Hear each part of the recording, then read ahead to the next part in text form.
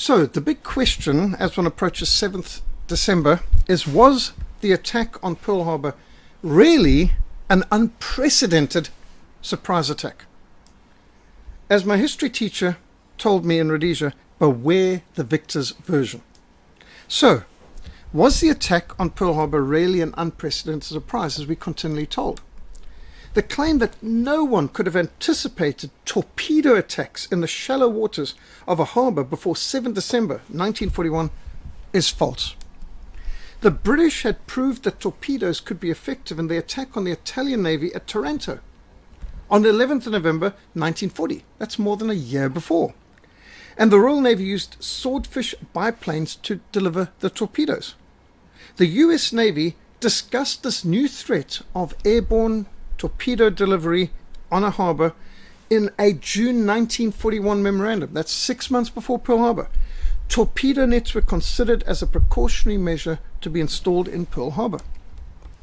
But this was overruled by the politicians in Washington, D.C. Admiral Kimmel, responsible for the naval fleet at Pearl Harbor, and his staff testified that the decision not to install torpedo nets and booms had been made by the Navy Department in Washington, D.C., not in Hawaii, even though he got basically kicked out and disciplined for dereliction of duty by the very people who actually had overruled him wanting to take these measures. On the night of the 11th to the 12th of November 1940, British Naval Force under Admiral Andrew Cunningham, including aircraft carrier HMS Illustrious, launched Fairey Swordfish biplane torpedo bombers in the Mediterranean Sea to attack the Regina Marina battle fleet at anchor in the harbour of Taranto. This is the Italian battle fleet.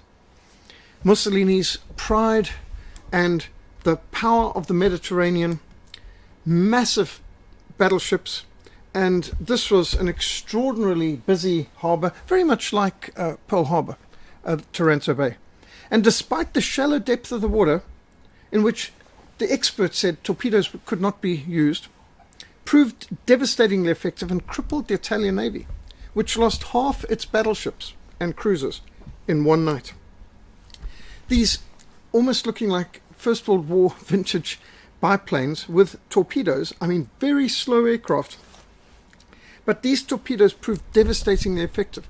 They had two waves, and just notice the torpedo, they've got the torpedo nets down here. They've also got torpedo nets here to protect their ships. Despite torpedo nets in a shallow harbour, they still were effective in taking out half the Italian Navy in one go. And they made attacks from the north and from the west, and this was the scene taken by the British the next day, high altitude, of the devastation in the harbour from the torpedo attack the night before. The Royal Navy raid on Taranto Bay marked the ascendancy of air power over sea power. The fleet air arm proved to be the Navy's most devastating weapon. Aircraft delivered from an aircraft carrier, more powerful than battleships.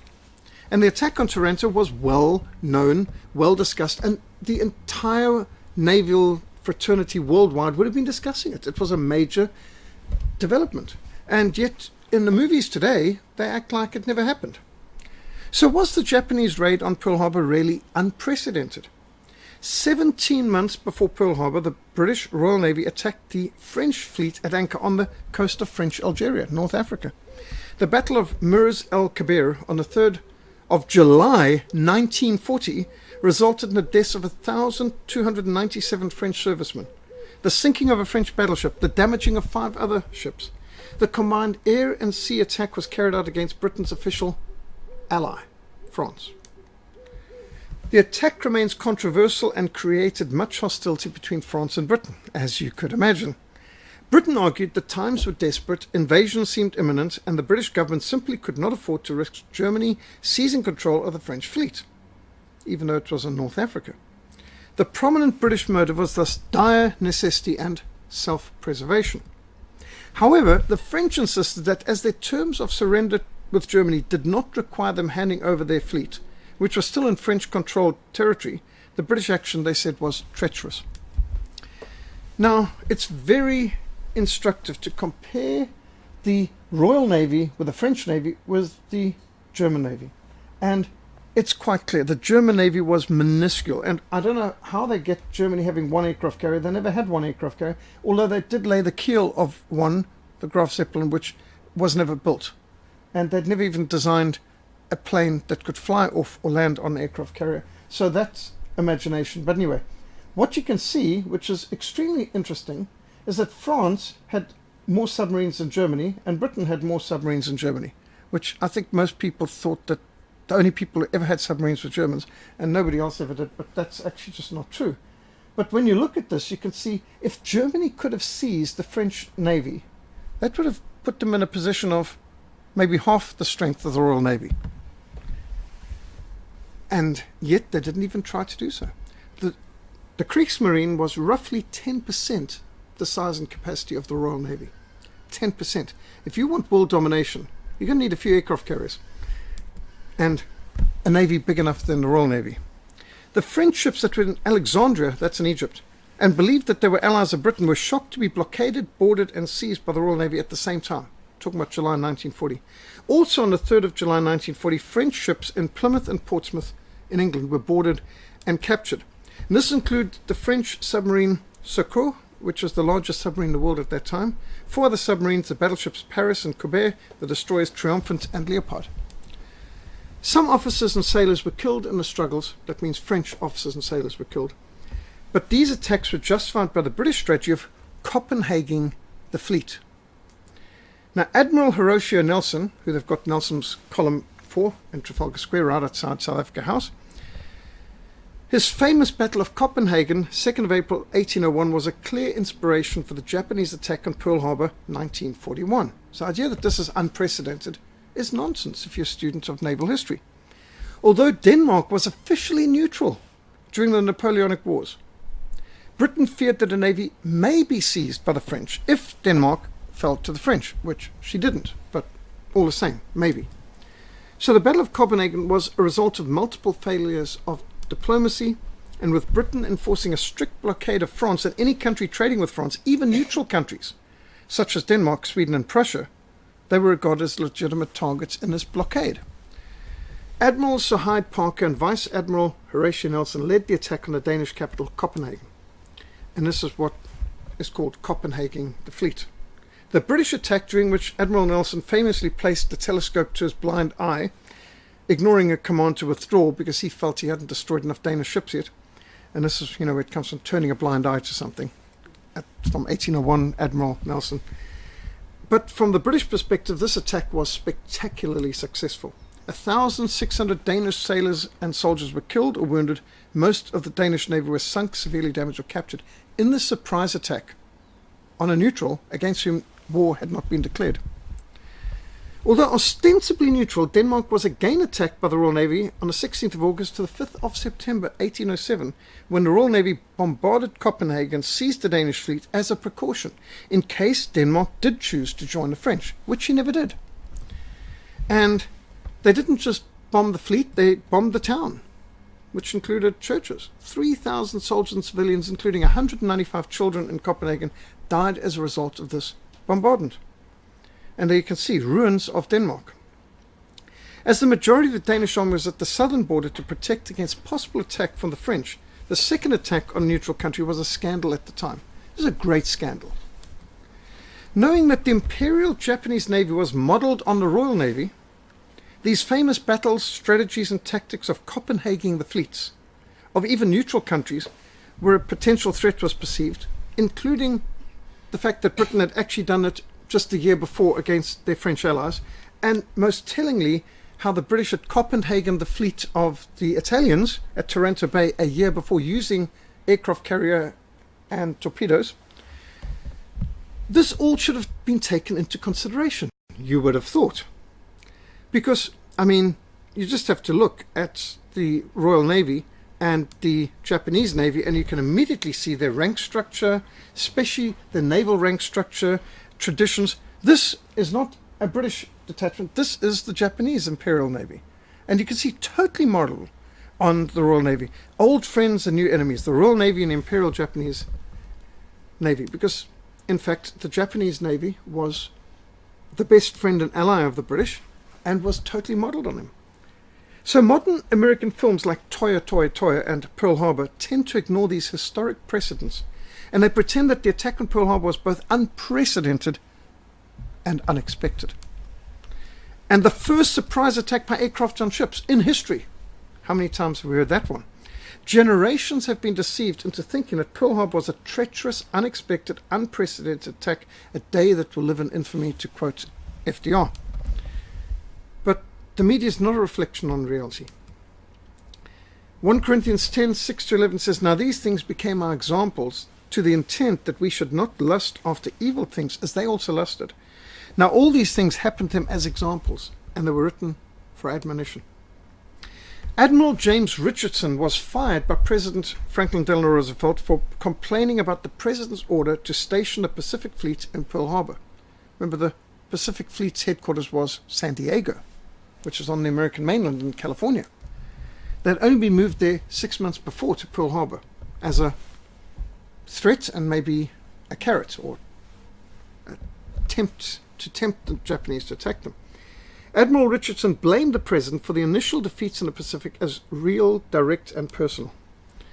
And he was one of many who had to testify at the Congressional Pearl Harbor investigation, which was only held after the war. Richardson believed that stationing the Pacific Fleet in Pearl Harbor made the ships extremely vulnerable to attack and provided a poor and non-strategic defense, because one battleship or cruiser sunk in the opening of the harbor would bottle the entire Navy up. This is not a good place to put your Navy. It's too vulnerable. Captain Safford, U.S. Navy in charge of Communications Security Section of Naval Communications in Washington, testified before the Admiral Hart Board that on 4 December 1941, we received definite information from 2 independent sources that Japan would attack the United States and Britain at 9 p.m. Washington time, 6 December 1941. We received positive information that Japan would declare war against the United States at a time to be specified thereafter. This information was positive and unmistakable and was made available to military intelligence virtually at the moment of its decoding. It was called Purple. They had the ability to decode all Japanese encryptions, naval encryptions from early in 1920s, which was why they invented the fax machine. The fax machine was specifically invented to enable American naval intelligence to send Japanese naval documents across the Atlantic instantly, because telex wouldn't work. And so the fax machine, because they don't use our alphabet, they needed a facsimile, and that's what the fax machine was designed for. Well, it was only made available to civilians by about 1970s. Finally, at 10:15 a.m. Washington time, he testifies, 7 December 1941, we received positive information from Signal Intelligence Service, War Department, that the Japanese declaration of war would be presented to the Secretary of State at 1 p.m. Washington time that date, which was 1 p.m. in Washington. It would be daybreak in Hawaii and approximately midnight in the Philippines, which indicated a surprise air raid in Pearl Harbor in about 3 hours' time. President Roosevelt had ample time to broadcast a warning. On December the 6th, 1941, a message to the Japanese delegation in Washington, D.C. was intercepted, broken down, distributed by Signal Intelligence Service, the SAS. General Albert Wedemeyer is quoted by Herbert Hoover in Freedom Betrayed as saying, "When on December the 6th, our intercepts told us that the Japanese were going to attack somewhere the very next day, whether in the Central Pacific or the South in the Philippines or the Dutch East Indies, the President of the United States, as Commander-in-Chief of our military forces, could have gone on radio and broadcast to the wide world that he had irrefutable evidence of an immediate Japanese intention to strike. This would have alerted everyone from Singapore to Pearl Harbor, and Hong Kong for that matter. Even though inadequate in some cases to defend effectively, nevertheless, our forces would have been able to take a toll which would have blunted the Japanese attack. In Hawaii, the capital ships might have been moved out of the congested harbor to sea, where Admiral Kimmel at least had the foresight to keep the far more vital aircraft carriers. Furthermore, our carrier task force in the mid-Pacific might have attacked the Japanese task force when its planes were aloft. There are many possibilities which could have given our men a fighting chance. An army inquiry conducted July to October 1944 condemned negligence by General Marshall, who was Chief of Staff, and other senior officers for having prior knowledge of the attacks from intercepts and for not having alerted the military commander at Pearl Harbor. The devastation done is just huge.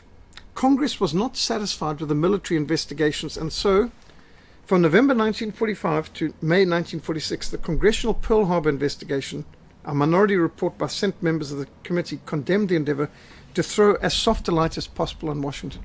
The military, of course, they've still got to obey orders, and they could lose their positions, and they could come under all kinds of disciplinary hearings if they were too critical of the President or the High Command. So the Congress decided to do more.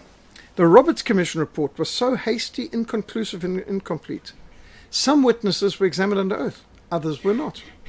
Much testimony was not even recorded. Several records went missing. Most inadequate explanations were supplied. Army and Navy information indicated growing imminence of war was delivered to the highest authorities, including to the President. The fatal error of Washington was to undertake a world campaign and world responsibilities without first making provision for the security of the United States, which was the prime constitutional obligation. What they're referring to there was America was already doing Lend-Lease, supplying thousands of millions of tons of war materials to the Soviet Union and some even to Great Britain, but mostly to Soviet Union. They're pouring it over, coming over from Alaska into Kamchatka and Siberia, coming through Murmansk, going up through Persia, which had already been seized by the British in joint operation with the Americans and Russians, and what today is Iran was used to constitute it for a huge amount of aid and weaponry channeled in, and we were paying for it. South African gold that Smuts had shipped off to the Quincy, which was an American battle cruiser, secretly without the South African government having any say in this, no discussion in our parliament, not even entered into our history. Got to read about this in American history books. South Africa provided the gold that funded this whole thing. High Washington officials did not communicate to Admiral Kimmel or General Short. General Short was in charge of the army on the island, Admiral Kimmel the Navy. They did not communicate to them adequate information of diplomatic negotiations and of intercepted diplomatic intelligence, which, if communicated with them, would have informed them of the imminent menace of a Japanese attack, in time for them to fully alert and prepare the defense of Pearl Harbor. And so this man, Admiral Kimmel, was not given the information, but they still court-martialed him afterwards and put all the blame on him, even though he wasn't informed of what the President and everyone else knew about the imminent attack. The failure to perform the responsibilities indispensably essential for the defense of Pearl Harbor rests upon Franklin D. Roosevelt, Henry Simpson, Frank Knox, and George C. Marshall. This all from the Senate Investigative Committee on Pearl Harbor that concluded in 1946, quoted in Freedom Betrayed, which was written by the previous American president, Herbert Hoover. Here's the radiogram reporting on Pearl Harbor attacks, December the 7th, 1941. Air raid in Pearl Harbor, there's no drill. Now that was sent out after the attack began. Not very helpful at that stage. George Morgenstern, in his book Pearl Harbor, The Story of the Secret War, published in 1947, wrote, with absolute knowledge of war, they refused to communicate that knowledge clearly, unequivocally, and in time to the people in the field upon whom the blow would fall. Pearl Harbor provided the American War Party with the means of escaping dependence on a hesitant Congress in taking the reluctant people into war. Pearl Harbor was the first action of the acknowledged war and the last battle of the secret war, upon which the administration had long since embarked. The secret war was waged against nations which the leadership of this country had chosen as enemies months before they became formal enemies by declaration of war. What Morgenstern is pointing out here is that the United States was at war with Germany, Italy, and Japan long before Pearl Harbor, long before war was declared, and they were channeling mountains of the best military equipment available on earth to the Soviet Union communist regime of Stalin in order to fight against Germany and, of course, if necessary, Japan. It was waged also by psychological means, by propaganda and deception against the American people. The people were told that acts which were equivalent to war were intended to keep the nation out of war. Constitutional process exists only to be circumvented, until finally The war-making power of Congress was reduced to the act of ratifying an accomplished stamp. In other words, rubber stamp. Herbert Hoover declares in his book, Freedom Betrayed, it can never be forgotten that 3 times during 1941, Japan made overtures for peace negotiations. You don't get the slightest sense of that in the movies or the history books. America never made one proposal, says Herbert Hoover, unless a futile proposal to the emperor the day before Pearl Harbor could be called an attempt at peace. This from Herbert Hoover. A peace could have been made in the Pacific that would have saved China from ravishment, would have protected the American Pacific flank. If Roosevelt was still determined to carry on his undeclared war with Germany until it provoked reprisals, that Pacific protection was the only sane course. It would have limited our engagement in any case to the European theatre. America was hell-bent on going to war with Germany in Europe. They didn't have to go to war with Japan. Japan didn't want war with them. As a result of this policy, an undeclared war on Japan, we suffered the greatest military defeat in our history with immeasurable consequences. Public opinion was overwhelmingly against our being involved in the war up to the day of Pearl Harbor. America came into World War I 33 months after its outbreak. She came into World War II 27 months after it started. The processes and the months of lag were the same. The appeal to crusade for freedom, for independence of nations, for lasting peace, the same picture of atrocities, the fanning of hate, and above all the mass of lies and stimulation of fear of invasion, they were identical. But in World War II, the people believed much less of this, and they believed much more that they were being deliberately pushed into the war. They dimly recognized that they were being ground in the mills of power politics and the personal ambitions of men. Here I'm quoting again from American ex-president Herbert Hoover in his Freedom Betrayed. The First World War had been conducted on the Allied side in the name of the peoples. This war was the name of Stalin, Churchill, and Roosevelt. At times, the whole political and military scene seemed their personal property, as it was. Now, bear in mind, this is not some journalist here. This is President Herbert Hoover, a world-acclaimed humanitarian who saved the lives of millions of people with his food programs before, during, after the First World War, and during the Second World War, and with the invasion of Finland by Russia and so on. He's a major player. In the First World War, our sons marched to war with flowers in their rifles, bands and cheering people were on every platform. There were no bands, no flowers, and no chairs on the railway platforms to World War II. There was little singing of war ballads by soldiers or civilians, except at the urging of paid conductors of propaganda. If you've seen films like Why We Fight, which is total propaganda, there you'll see the people marching, smiling, and you'll have the people waving, and but that was all staged. That wasn't actually what happened. The music and the singing is only in the propaganda films. It wasn't in reality, says Herbert Hoover. The station platforms were stages for grieving and tears. The promises, the speeches, the propaganda filled the air, as in World War I, but this time the people received it grimly and with little believing. Now, that is not something you normally get in most history books or films. They give the impression that people were ecstatic, enthusiastic. Well, for the First World War they were, because they didn't realize yet what they were getting into. But at the beginning of the Second World War, there was not the same enthusiasm anywhere, on any side. The people had a basic understanding of what this was meaning, and it was not good. And bear in mind that after the First World War, the American people punished the Democratic government that dragged them into the First World War. Woodrow Wilson and his party were kicked out of everything.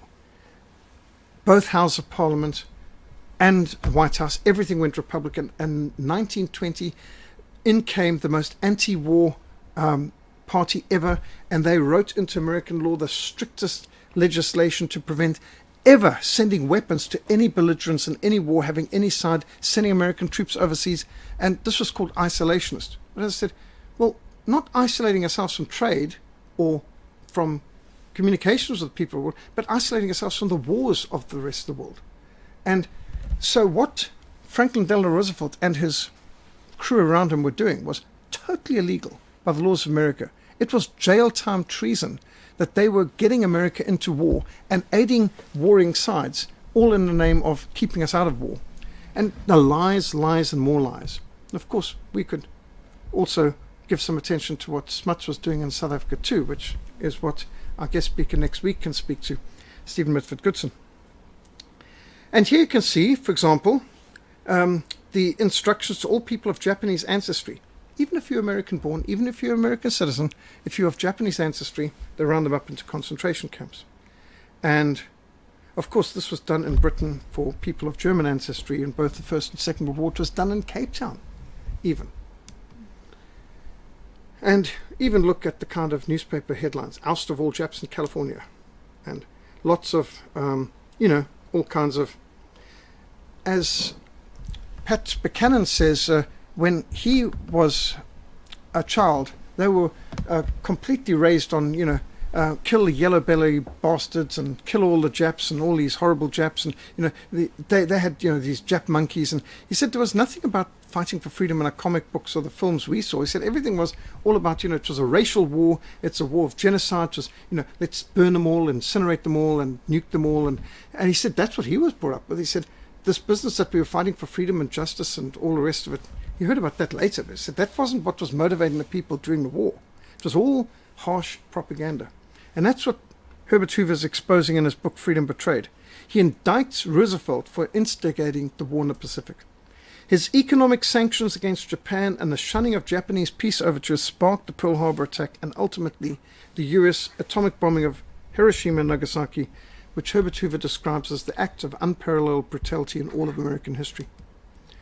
President Herbert Hoover in Freedom Betrayed documents President Roosevelt's contemptuous refusal of Prime Minister Konoye's proposal for peace in the Pacific of September 1941 was a lost opportunity. In fact, FDR's administration was all lost opportunities.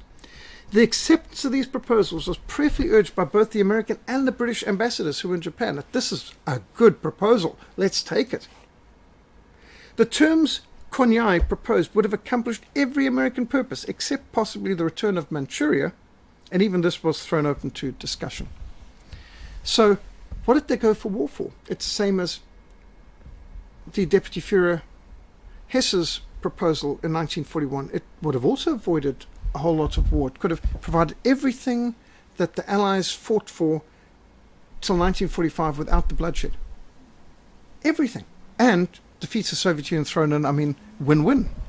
How could anyone object to that? The cynic will recall, says Herbert Hoover, that Roosevelt was willing to provoke a great war on his flank over this remote question and then gave Manchuria to Communist Russia anyway in the end, and North Korea. They're talking about North Korea now being a threat to the world. Well, who gave North Korea to the communists in the first place? The United States government. Now here, a Life magazine with Colonel James Stewart on the cover has this article on the facts were known to Republican presidential candidate Thomas Dewey in the 1944 presidential elections, but he withheld his fire because he didn't want to divide the country. He knew that Roosevelt knew about Pearl Harbor, which of course occurred since the previous elections, 1940. But instead of exposing the treachery of him, he played a clean game. Not, of course, that helped him or the people of America. But after the war, the people were immediately discussing this as to say, what really happened and why were all these warnings not passed on to people who needed them in time. Herbert Hoover documents in Freedom Betrayed that American military officers strongly urged FDR to accept the 3-month standstill agreement offered by the Emperor of Japan in November 1941, which would have averted war.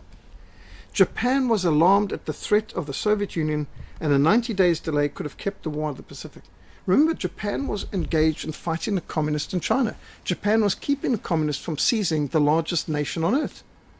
Why would America want to go to war against the two countries that were fighting the communists the most effectively, Germany in Europe and Japan in Asia? Why remove the two greatest obstacles to the expansion of communism? Secretary of War Stimson, in his diary, disclosed that Roosevelt and his officials were seeking for a method to stimulate an overt act of aggression from the Japanese. This is just one example of a civilian car riddled with shrapnel by a bomb that was dropped during the Pearl Harbor attack on the 7th of December. There are still many documents relating to Pearl Harbor which are still classified. 76 years later. Why? They've not yet been made public by the United States government. Many of the documents were actually destroyed during the war. Some of the public records of the United Kingdom containing Churchill's most secret wartime intelligence briefs have been marked as closed for 75 years. Why would you close anything for 75 years unless you're hiding a mega serious, treacherous lie? Including the sections dealing with events from November 1941 to March 1942, which brought America into the war. And all of those are still under seal 75 years later. Why? Franklin Delano Roosevelt said, in politics, nothing happens by accident. If it happens, you can bet it was planned that way. Well, he said it. In Days of Deceit by Robert Stinnett, a memorandum prepared by Commander McCullen stated that a memorandum issued in the immediate pre-war period declared that only a direct attack on U.S. interests would sway the American public, who were rock-solid anti-war. All Congress, for that matter, to get in favor of direct involvement in a European war. So Anderson and Secretary of the Navy Knox offered 8 specific plans to aggrieve the Japanese Empire. That's correct. Here it is. Details of the McCollum memo made an arrangement with the British for the use of their bases in Singapore. If by these means Japan could be led to commit an overt act of war, so much the better. So they've got all the different ways of give all possible aid to the Chinese government, give long-range heavy cruisers to the Orient, Philippines, Singapore, send divisions of submarines to the Orient, keep the main strength of the U.S. fleet now in the Pacific in the vicinity of Hawaiian Islands. That's, of course, halfway to Japan already. Insist the Dutch refuse to grant Japanese demands for any economic concessions, particularly oil, and complete embargo all trade with Japan and collaborating with similar embargo imposed by the British Empire. And so they arranged a whole lot of things, also to arrange with Japan, arrange with the Dutch East Indies that they could use their facilities as well. All of this, in particular, that America could use the Singapore bases, give Japan a feeling that we're surrounding them. Basically provoke Japan to an act of war. This McCullen memo remained classified till 1994. Only saw the light of day in 1994. Why? Well, obviously, this goes against the narrative of, we were minding our own business and then they attacked us unexpectedly, unprovoked, a day of infamy, and, shame we were forced into war against our wishes. Jonathan Daniels, Roosevelt's administrative assistant at the time of Pearl Harbor, presented an eyewitness viewpoint. The blow was heavier than he had hoped it would necessarily be, but the risks paid off. Even the loss was worth the price. Published, this was published just shortly after the war, and it's on 1941 Pearl Harbor Sunday at the end of an era. Look at this. Here is a November newspaper from the Honolulu Advertiser. Kurusu bluntly warned, nation prepare for battle. And this one, November the 30th, 1941, Japan may strike over the weekend. This is the Hilu Tribune Herald. This is in the Hawaii Islands. What happened to this unexpected, unprovoked? Nobody could have foreseen this happening. No reasonably informed person can now believe that Japan made a villainous, unexpected attack on the United States. An attack was not only fully expected, it was actually desired. It is beyond doubt that President Roosevelt wanted to get his country into the war, but for political reasons was most anxious to ensure that the first act of hostility came from the other side. For this reason, he caused increasing pressure to be put on the Japanese to the point where no self-respecting nation could endure without resort to arms. Japan was meant by the American president to attack the United States. Does this not remind us of what Stephen Mitford Goodson was telling us about the Second Anglo-Boer War, where Smuts, as the Attorney General in the Transvaal, organized to put an ultimatum on Britain that they've got to clear all their troops out, and that this would, if they didn't clear them out in 48 hours, then Transvaal would be at war with the British.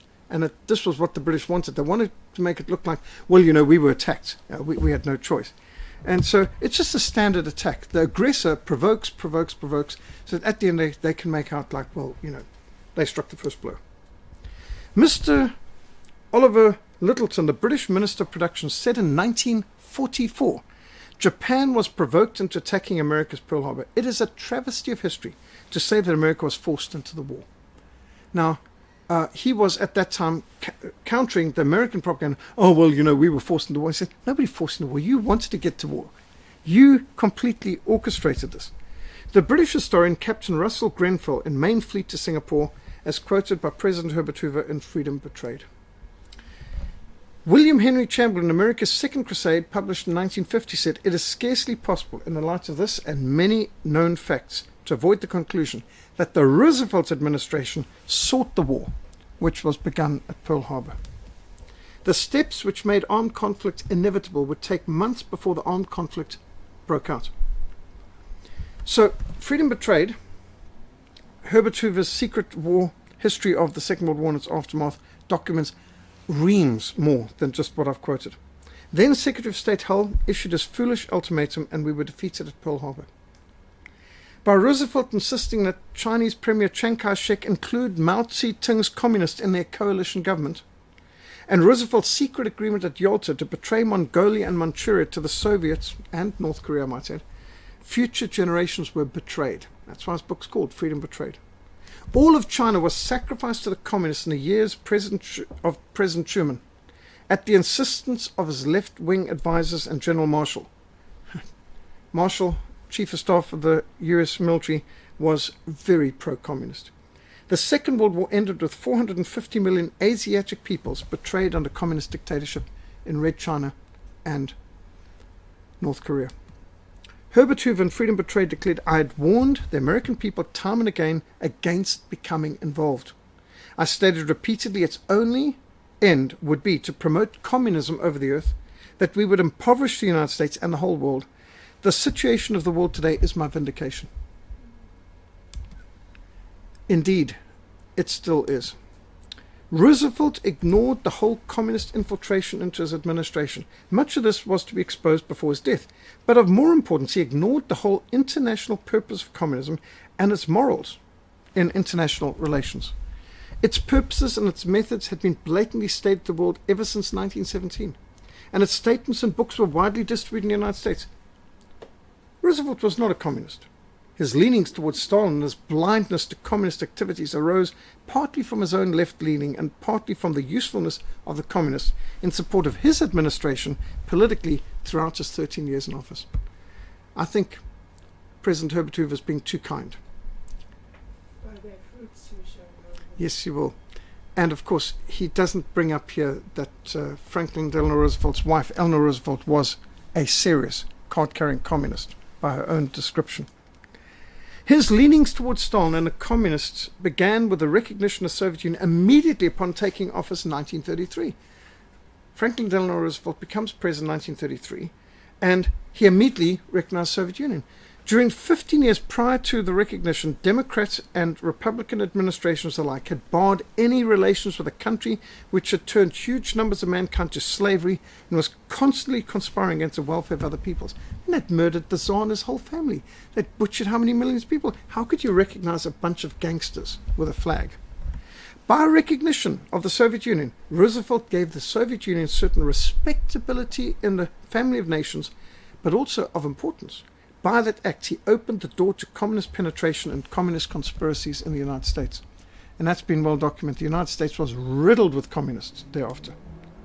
As Herbert Hoover's Freedom Betrayed quotes General Douglas MacArthur, the whole Japanese war was a madman's desire to get us into war. And the madman he's referring to is Franklin Delano Roosevelt. MacArthur was convinced that the financial sanctions in July 1941 were not only provocative, but that Japan was bound to fight, honor-bound to fight, even if it was a suicidal war.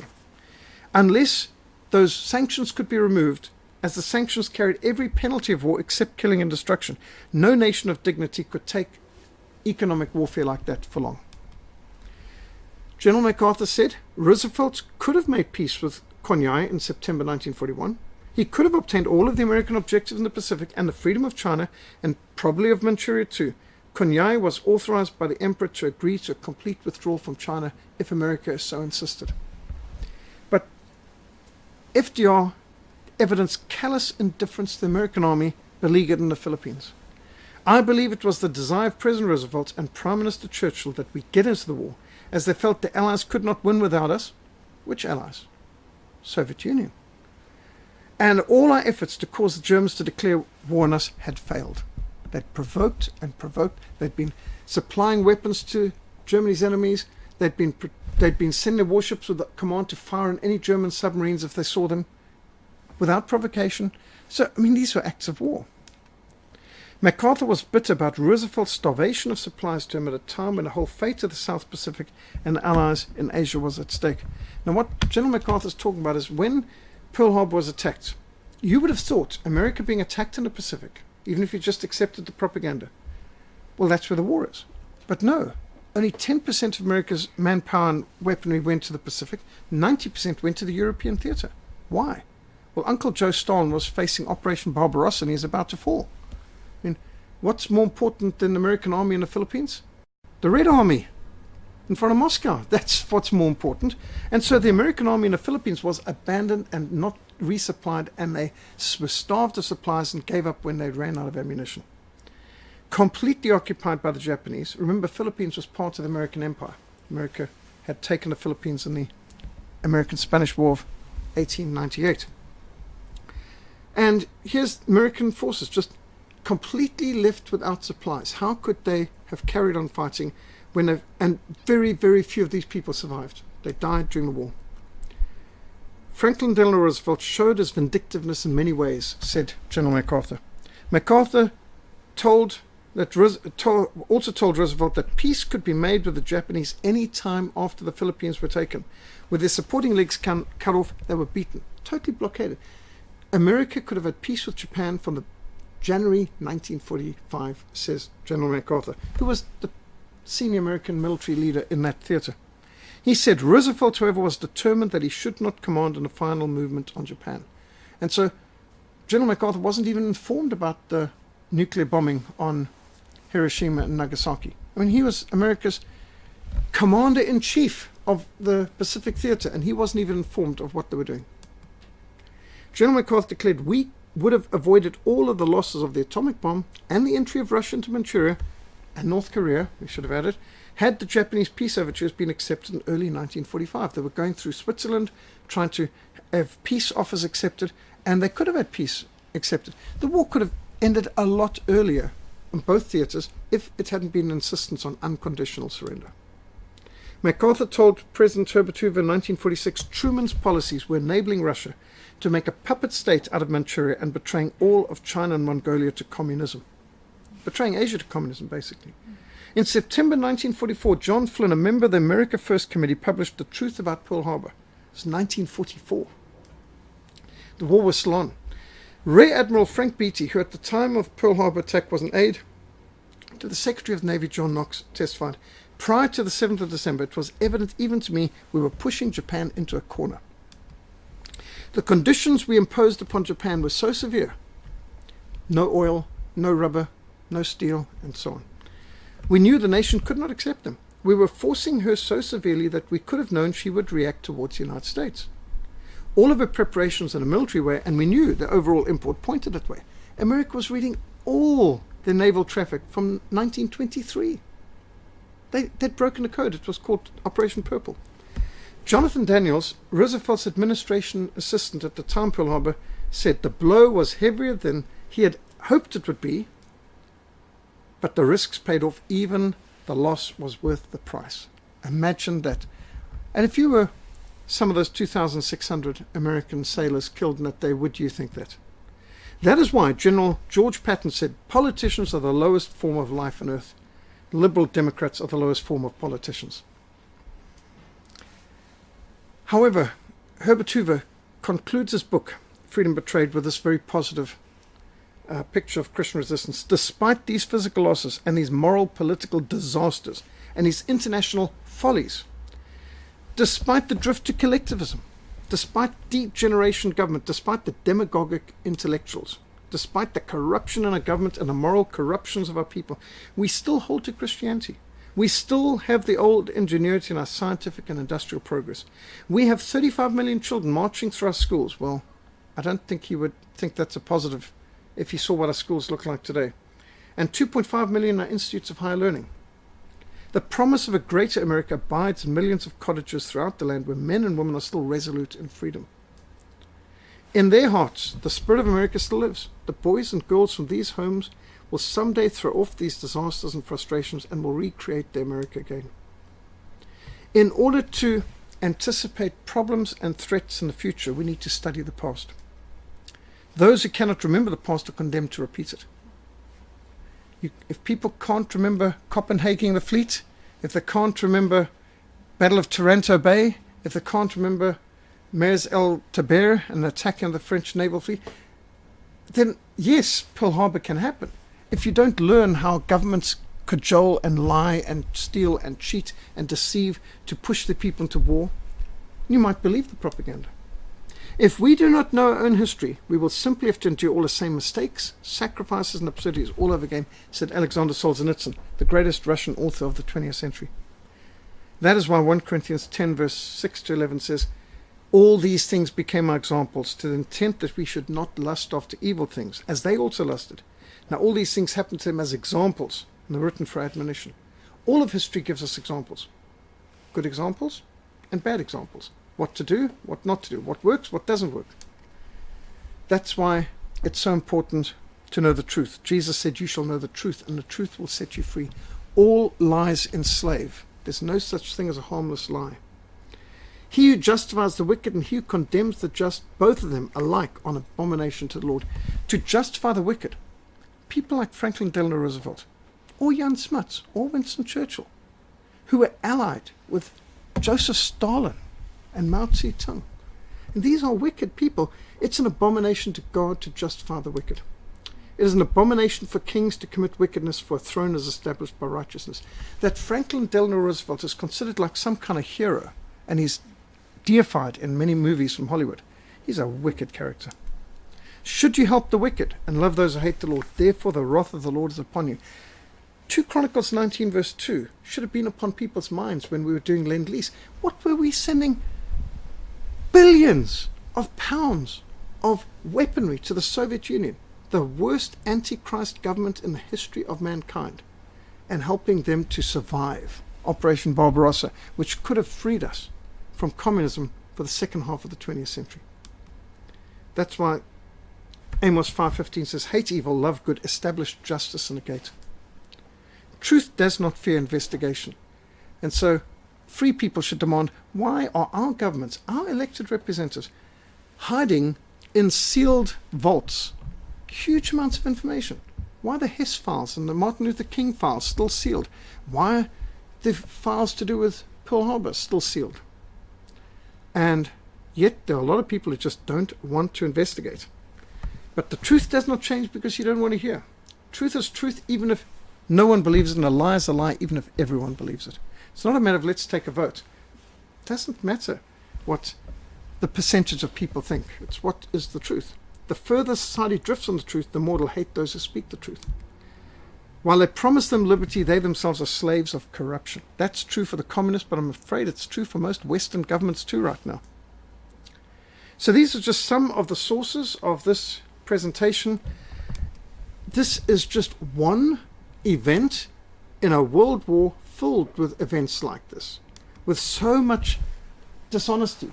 And yet most people today are not aware of the most basic facts about Pearl Harbor. An account of treachery and treason. That's a good term. Pearl Harbor was treason. The President of the United States was a known conspirator who suppressed the truth, who engineered this war, who stood back and waited because he knew he needed a lot of Americans to die and a very embarrassing, humiliating defeat to be able to mobilize his country, who was isolationist and rock solid against going to war, to steamroll them into a war. He needed that. And so he provoked it, sat back, and did nothing until it was over. And then he made an impassioned speech, which was, I mean, talk about hypocrisy. To stand before the people and try and act like we've got some moral justice on our side. The true story of a man and a nation under attack. Pearl Harbor betrayed. Fighting the shadow war, a divided America and a world at war. Divided America, well, you know, they said that before Pearl Harbor, 85% of Americans opposed involvement in the war. After it, about 85% supported involvement in the war. It's just extraordinary how you can have this flip. But it's by of course, propaganda and deceit. How a Soviet mole in FDR's White House triggered Pearl Harbor. Another interesting operation, insight, but he was riddled with communists all around him. He had put them there.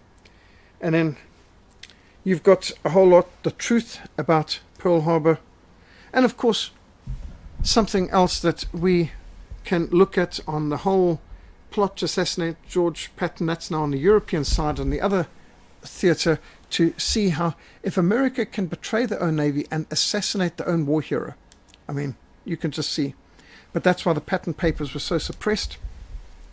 And that's why Freedom Betrayed book was suppressed for over 50 years.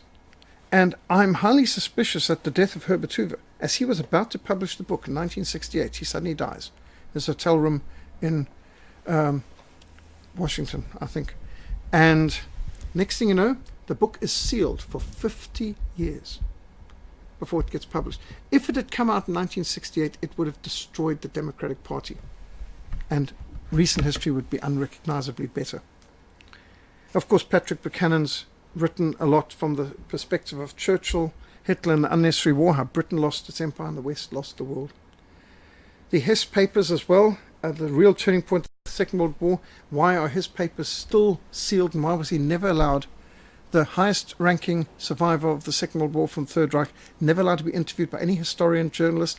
Why? If you're not afraid of the truth, why would you hide it?